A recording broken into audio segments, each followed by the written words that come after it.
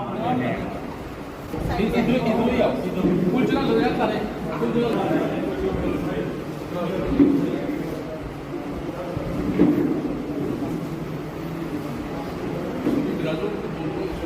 Sir, बताएं आज पुण्यतिथि किस तरह से देखते हैं राजीव गांधी जी के योगदान को देश के प्रति।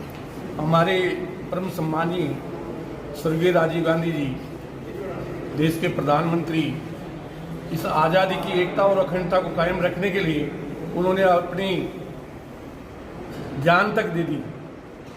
और उन्होंने जो कंप्यूटर का युग, आज जो मोबाइल का युग है, ये सब उन्हीं की देन है।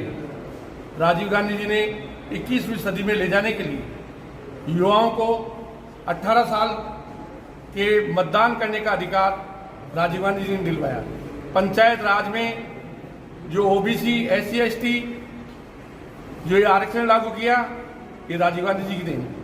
राजीव गांधी जी इस देश को बहुत आगे ले जाना चाहते थे, लेकिन उनके साथ आतंकवादियों के द्वारा ये हादसा हुआ, उन्होंने कुर्बानी दी। और ये हम आज भी उनके कामों को याद करते हैं कि उन्होंने इतने काम किए हैं कि मैं बहुत सारे काम आपको गिना भी नहीं सकता। उन्होंने, अगर वो आज जिंदा रहते तो इस देश को बहुत आगे ले जाते। और कंप्यूटर का युग और मोबाइल का युग जो आज आप देख रहे हो, सभी सारे काम कंप्यूटर से, इंटरनेट और सारे इसी से जुड़ रहे हैं। और कांग्रेस वो पार्टी है जो इस देश की आज़ादी दिलाने के लिए कुर्बानियां दी। इंदिरा गांधी जी ने कुर्बानी दे दी, और हमारे सोनिया गांधी जी ने जो बिना पद के, बिना प्रधानमंत्री का पद ठुकरा के और पार्टी के लिए त्याग कर रही हैं। और हमारे माननीय राहुल गांधी जी ने, उनके कोई पद और प्रधानमंत्री बनने का कोई उनका वो नहीं है। उन्होंने बिना अध्यक्ष के पद में रहते हुए भी कांग्रेस को मजबूत करने के लिए पूरे दिन और रात लगे हुए हैं। पार्टी में या घर में, घर को बनाने के लिए, पार्टी को बनाने के लिए किसी पद की जरूरत नहीं होती है, काम करने की जरूरत ही होती है। कांग्रेस हमारी माँ है। और मैं सभी आज ये संदेश देना चाहता हूं कि जिस प्रकार राजीव गांधी जी ने इस देश के लिए कुर्बानी दे दी, हमारे श्रीमती इंदिरा गांधी जी ने कुर्बानी दे दी, इसीलिए पंडित जवाहरलाल नेहरू, गांधी जी एक बैरिस्टर थे, लेकिन उन्होंने अपनी सारी वकालत छोड़ करके और एक लंगोट में सूत काट करके देसी अपनाओ, अपने हाथ से बुने हुए कपड़े से अपने धोती पहनते थे। वो देश को संदेश देना चाहते थे। और आज ऐसे लोग हैं जो 20-20 लाख के सूट पहन करके और देश को क्या संदेश देना चाहते हैं। इसलिए मैं बहुत कुछ कहना चाहता हूं कि नेहरू जी 13 साल 9 महीने जेल में रहे। वो भी एक बैरिस्टर थे। उनके 11 परिवार के मेंबर जेल में रहे। उनको कोई पद की लालसा नहीं थी। वो केवल देश को आजाद करवाना चाहते थे जो अंग्रेजों से गुलाम था। और ये लोग उस टाइम भी अंग्रेजों के मुखबिर थे और उनकी गुलामी करते थे। और ये बताते थे कि आज कांग्रेस ही यहाँ आंदोलन कर रहे हैं। ये भगत सिंह को और इनको जो फांसी लगी है, ये RSS की देन है। सन 1925 में RSS का गठन इसलिए करवाया गया कि हिंदू मुस्लिम का झगड़ा होता रहे और देश आजाद नहीं रहे। ये हमारे सौभाग्य की बात है कि भारत और पाकिस्तान अलग अलग हो गया, इसलिए ये अपना भारत आजाद हो गया। और भारत के आजादी के बाद कांग्रेस ने, जहां सुई नहीं बनती थी वहां हेलीकॉप्टर बनने लगे, फैक्ट्रियां खुलवाई। नेहरू जी ने हिंदू कोड बिल लेके आए, जहां एक हिंदुओं के लिए एक बहुत शुभ संकेत था। इस देश को बनाने के लिए कांग्रेसियों ने अपनी कुर्बानियां दी है। और आज भी हम पद की लालसा नहीं करते।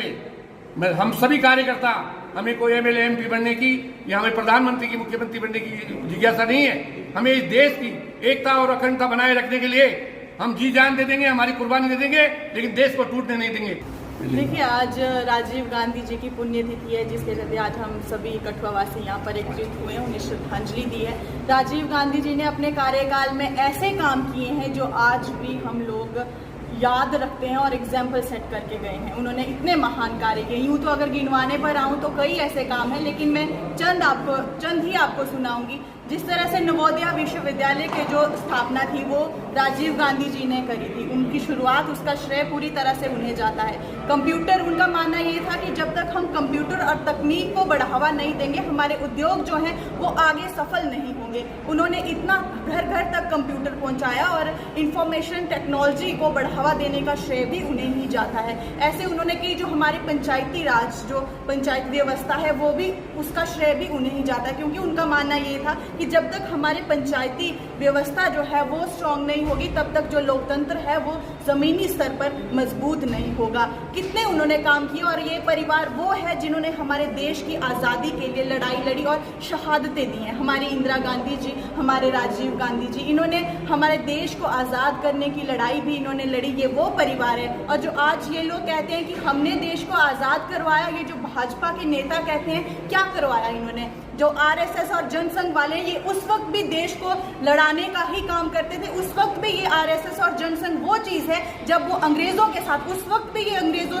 के साथ मिलकर देश को तोड़ रहे थे और आज भी ये लोग वही कर रहे हैं। लेकिन हम ऐसा बिल्कुल भी नहीं होने देंगे। जो हमारे लीडर्स, जो हमारे इंदिरा गांधी जी, हमारे राजीव गांधी जी अपने कार्यकाल में एग्जाम्पल सेट करके गए हैं, जो इतने महान काम करके गए हैं, आज हमारा ये फर्ज बनता है हम सभी लोगों का कि हम उनके दिए हुए कामों को, जो भी उनके रास्ते थे, उन पर चलें और अपने देश की एकता और अखंडता के लिए काम करें, और हम सभी ऐसा ही करेंगे।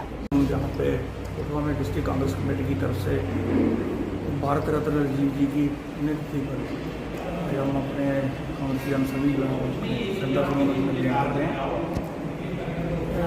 कांग्रेस जो है वो एक पार्टी का नाम नहीं है, कांग्रेस एक सोच का नाम है। और जी ने जो नव भारत की नींव रखी और जो इलेक्ट्रॉनिक्स के और कम्युनिकेशन में जो उन्होंने काम किया वो आज भी सराहनीय है। और मुझे लगता है कि उनकी दूरदर्शिता का एक नतीजा है कि आज हर हाथ में मोबाइल है, आप जगह पे बैठे हुए कवरेज कर रहे हैं, हम कहीं भी बैठे हुए, सारा काम जो है डिजिटल इंडिया की, जो हमारे प्राइम मिनिस्टर बात करते हैं कि उनका ही सपना था। जो ATM जब लगाए गए तो ये इन्होंने, BJP वालों ने विरोध किया था तब, आज ये डिजिटल इंडिया की बात करते हैं। मुझे लगता है कि कांग्रेस की ही पॉलिसियाँ हैं जो देश को आगे लेके जा सकती हैं।